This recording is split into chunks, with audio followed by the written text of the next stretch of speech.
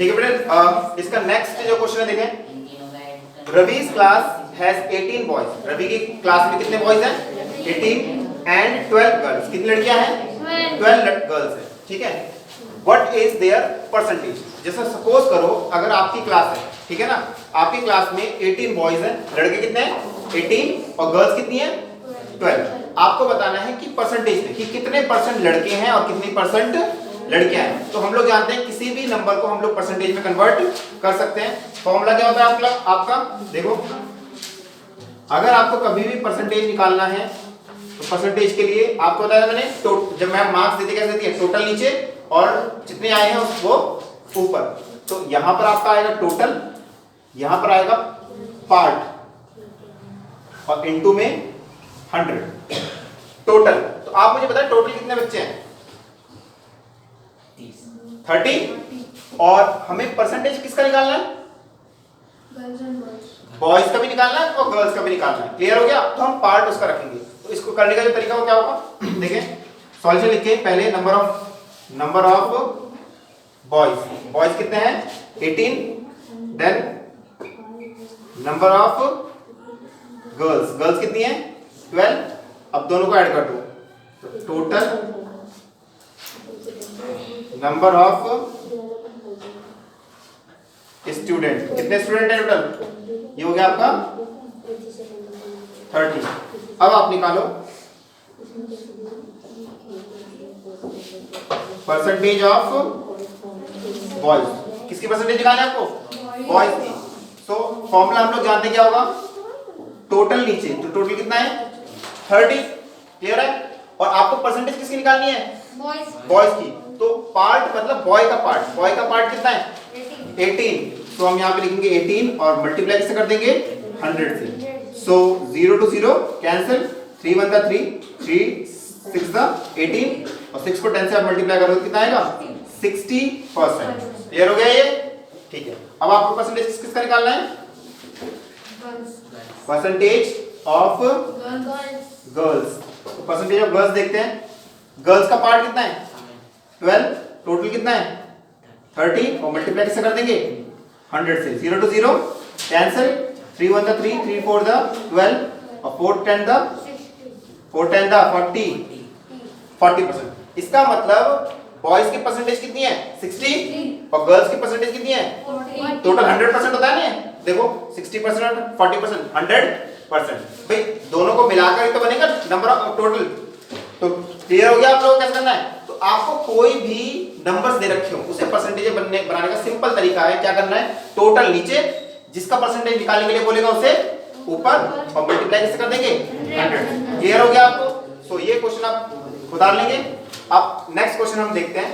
देखिए सेम वही क्वेश्चन है। चॉक कंटेन्स, आप चॉक होता है ब्लैक बोर्ड पे हम लोग लिखते हैं, तो उस वो चॉक 3 चीजों से मिलकर बनता है, 3 नहीं 3 से 7 चीजों से मिलकर बनता है। लेकिन हमें परसेंटेज किससे रखी है? चॉक के अंदर 10% कैल्शियम होता है, 3% कार्बन है एंड 12% क्या है? ऑक्सीजन है। क्लियर है? ये परसेंटेज है। अच्छा, फाइंड द मास। हमें मास निकालना है, उसका कितना वजन होगा इन ग्राम में। किसमें निकालना है? ग्राम में। ऑफ ईच मतलब सभी तीनों का ही। और कितना किलो चॉक है हमारे पास? 12.5 मतलब 12.5 किलोग्राम चॉक है। आपको बताना है इस 12.5 किलोग्राम चॉक के अंदर कितना ग्राम कैल्शियम है, कितना ग्राम कार्बन है और कितना ग्राम ऑक्सीजन है। करें? लेकिन हमें जो फाइंड करना है आंसर वो किसमें करना है? और हमें जो क्वांटिटी दे रखी है किसमें दे रखी है?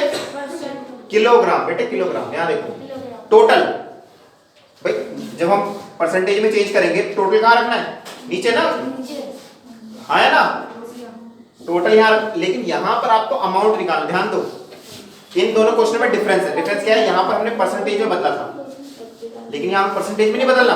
क्या करना है हमें ग्राम में फाइंड करना है कि वो परसेंटेज जो है उस परसेंटेज के इक्विवेलेंट कितना ग्राम होगा, कितना अमाउंट होगा। इसे करने का तरीका क्या होगा? देखो पहले से ग्राम में चेंज करो। Total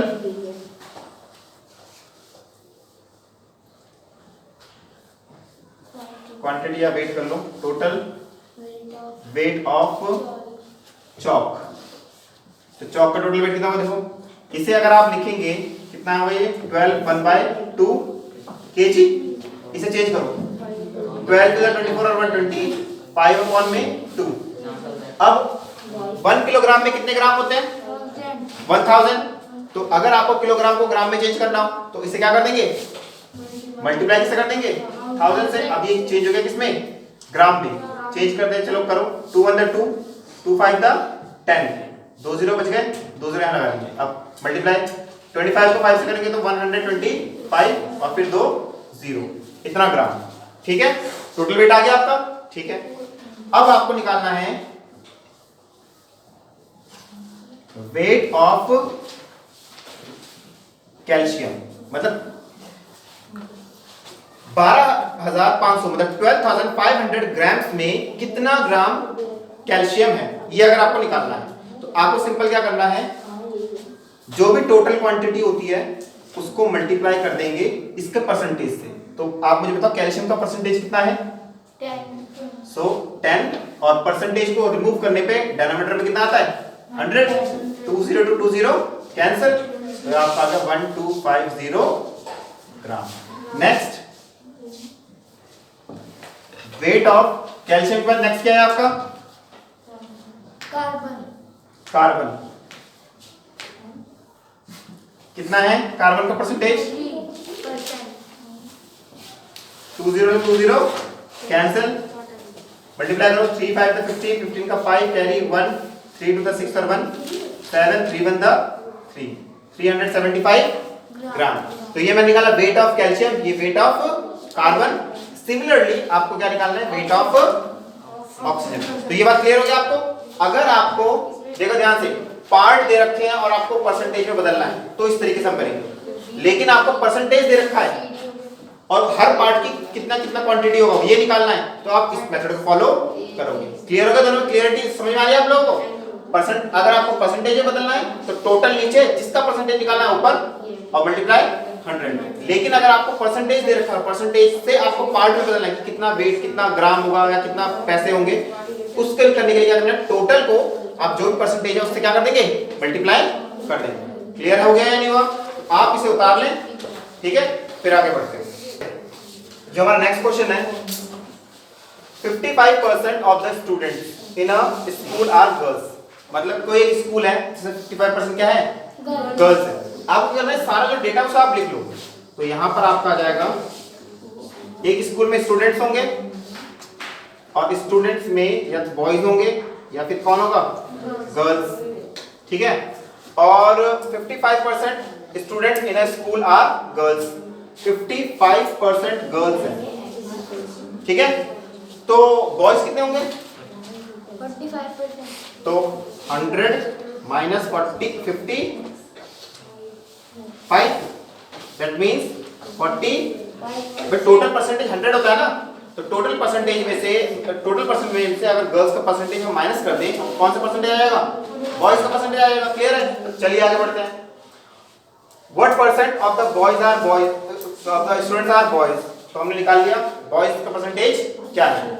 next find the number of students if there are 216 boys. आपको नंबर ऑफ क्या निकालना है स्टूडेंट्स निकालना है जब बॉयज का परसेंटेज बॉयज कितने हैं 216, यानी कि नंबर ऑफ बॉयज जो में दे रखा है कितना है 216। ठीक है क्लियर हो गया? यहां तक पिक्चर पूरी क्लियर हो गई। अब यहां पर देखें लेट कर लेंगे total number of student be x. जब आपको टोटल नंबर ऑफ स्टूडेंट्स नहीं पता होते हम लोग उसे क्या मान लेते हैं एक्स मान लेते हैं, कुछ हम मान लेते हैं। ठीक है अभी तक आपने क्या कहा था कि आपको परसेंटेज निकालना था या फिर टोटल दे रखा था और टोटल से परसेंटेज रखा था उसका नंबर निकालना था, लेकिन इस केस में क्या निकालना आपको टोटल ही निकालना है। जब टोटल निकालना होता है उसका तरीका देखो क्या होता है। टोटल हमने क्या मान लिया है एक्स। अब आप मुझे बताएं कि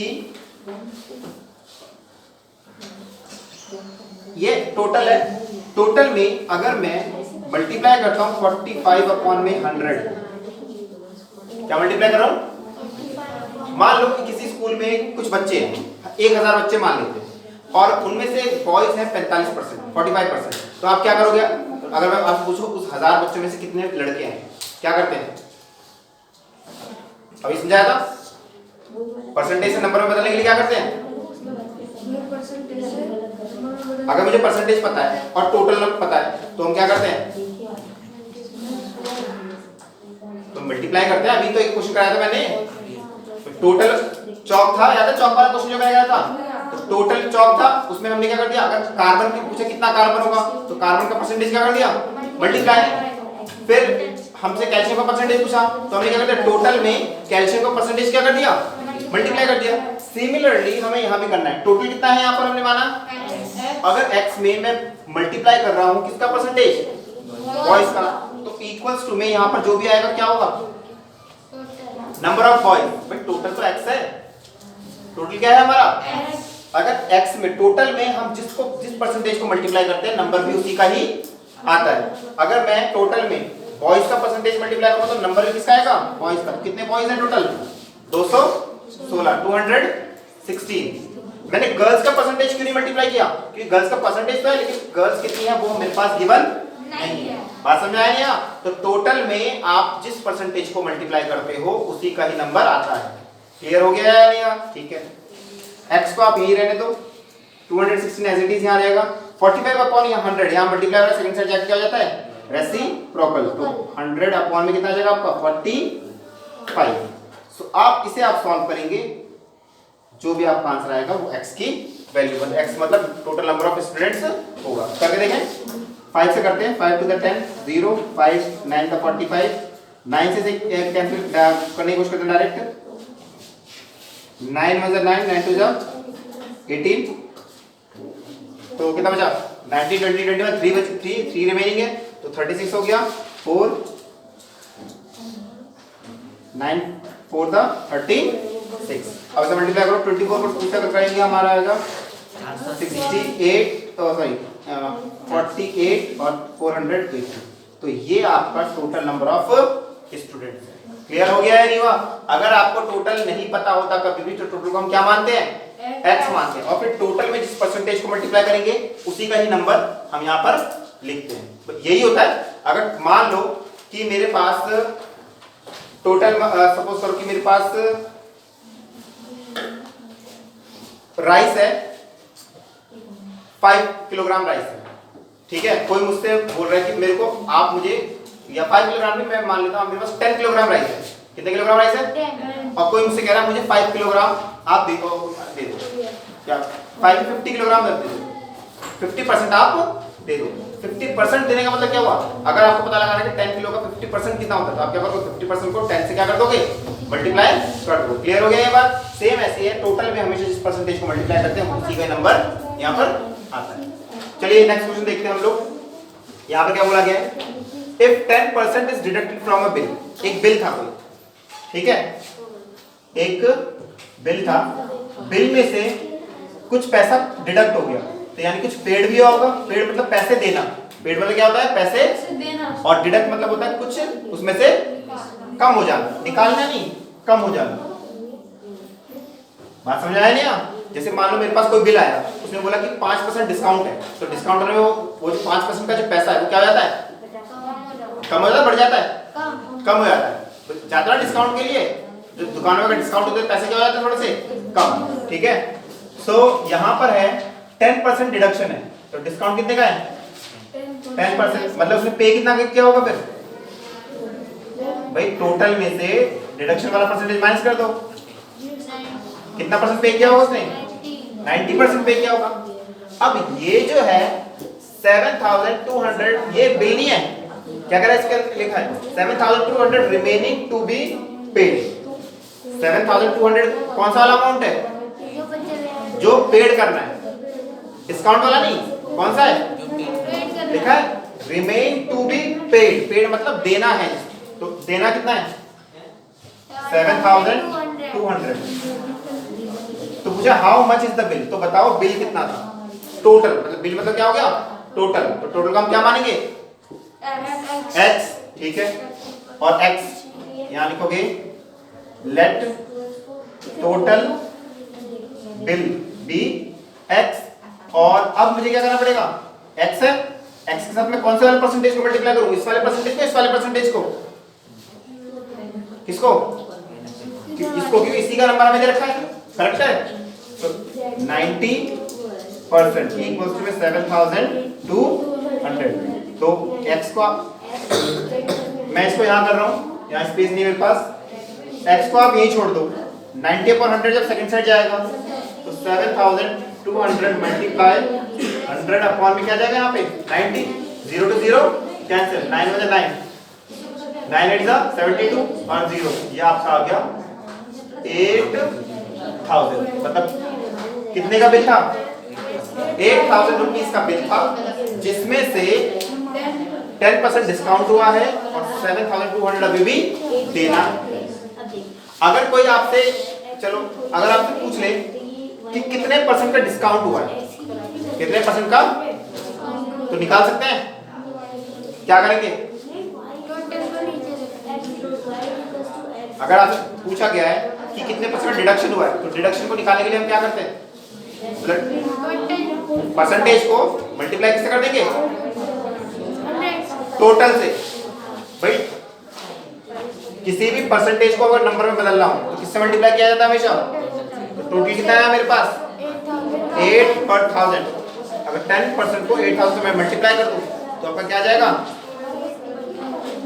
डिस्काउंट आ जाएगा कि कितना डिस्काउंट है, ठीक है। देखो बेटे, मीता सेव्स 4000 रुपीज। मीता कितने रुपए सेव करती है, देखो मीता की सैलरी जो है, जो भी सैलरी आती है मीता की, जो भी सैलरी आती है मीता की, तो मीता उस सैलरी क्या करती होगी,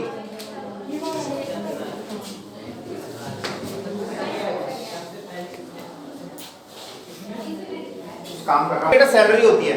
जैसे आपके फादर क्या कहते हैं, जो भी पैसे लेकर आते हैं उस सैलरी का करते क्या है, या तो वो सैलरी सेव की जाती है या फिर क्या कर जाता है, उसे स्पेंड किया जाता है, खर्च कर दिया जाता है, क्लियर है। सो हमें सैलरी का दो ही काम करते हैं, या तो वो स्पेंड हो जाती है या फिर उसे क्या करते हैं हम लोग, सेव करते हैं। तो यहाँ लिखा है मीता एक लड़की है, सेव्स 4000 रुपीज, क्या करती है, सेव करती है कितना रुपीज, 4000 फ्रॉम हर सैलरी, जो भी उसकी सैलरी है। If this is 10% of his salary, और ये जो है ये कितना है, 10% है, जो भी उसकी सेविंग है वो कितना है, वो 10% है अब उसकी सैलरी का। तो व्हाट इज हर सैलरी, तो इसका मतलब टोटल पूछा है, तो क्या करते हैं हम लोग,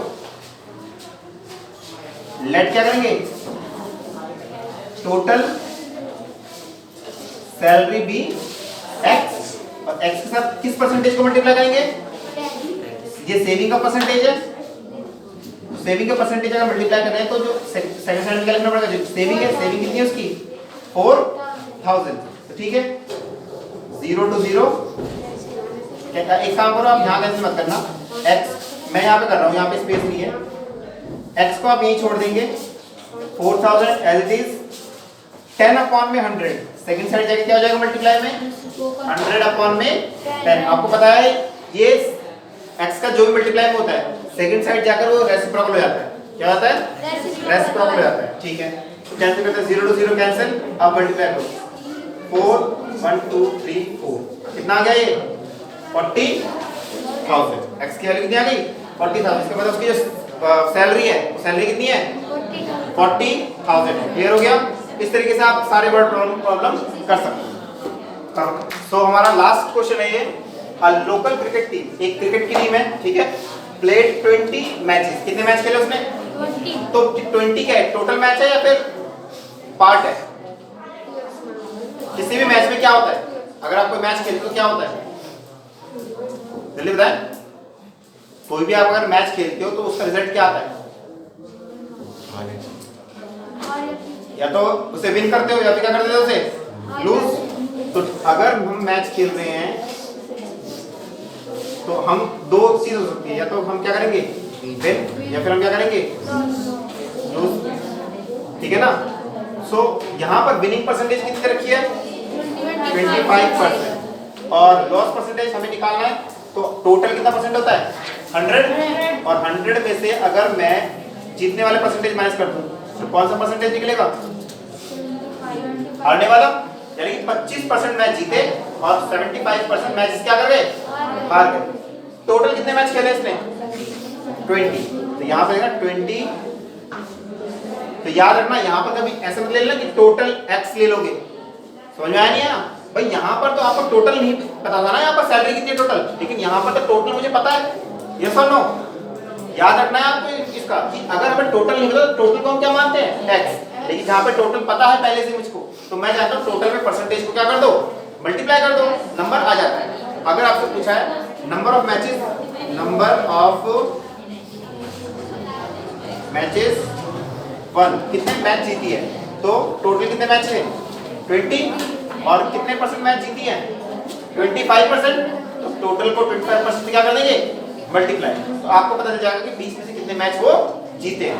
ये परसेंटेज है, ध्यान रखना। ये जो चीजें ये 25 ये मैच नहीं है, क्या है ये परसेंटेज है। उन्होंने खेले कितने मैच है 20, ठीक है ना। तो 25 अपॉन में कितना कर देंगे 100। देखा आपने क्या करा, टोटल में मैंने परसेंटेज क्या कर दिया, किसका परसेंटेज मल्टीप्लाई किया मैंने, विनिंग वाला, तो नंबर भी किसका आएगा विनिंग वाला, कितने मैच में जीती है, ठीक है। 25 4 द 100 होता है, 4 1 द 4 4 5 द 20, तो कितने मैच जीत गई वो 5 मैच। कितने मैच वो हारी, या तो देखो दो तरीके इसके निकालने के, या तो आप क्या करोगे सेम ऐसे ही 20 में मल्टीप्लाई कर दोगे 75%, हाँ है ना। एक तो तरीका ये है, एक तरीका आप डायरेक्ट निकाल सकते हो, कितने मैच खेली टीम 20 मैच प्ले करा उन्होंने, और 20 में से कितने वो विन जीते, तो नंबर ऑफ मैचेस लॉस, तो कितने हारी है, टोटल है 20 में से 5 माइनस कर देंगे, और आपका आ जाएगा यहाँ पर कितना 50। और दूसरा तरीका मैंने क्या बताया था आपको, टोटल जो भी होगा, टोटल में जो परसेंटेज है, किसका परसेंटेज, किसका परसेंटेज विनिंग मैच का, उसे परसेंटेज क्या कर देंगे आप मल्टीप्लाई कर देंगे, ठीक है। इतना आप उतार लो, फिर बाद में बात करेंगे।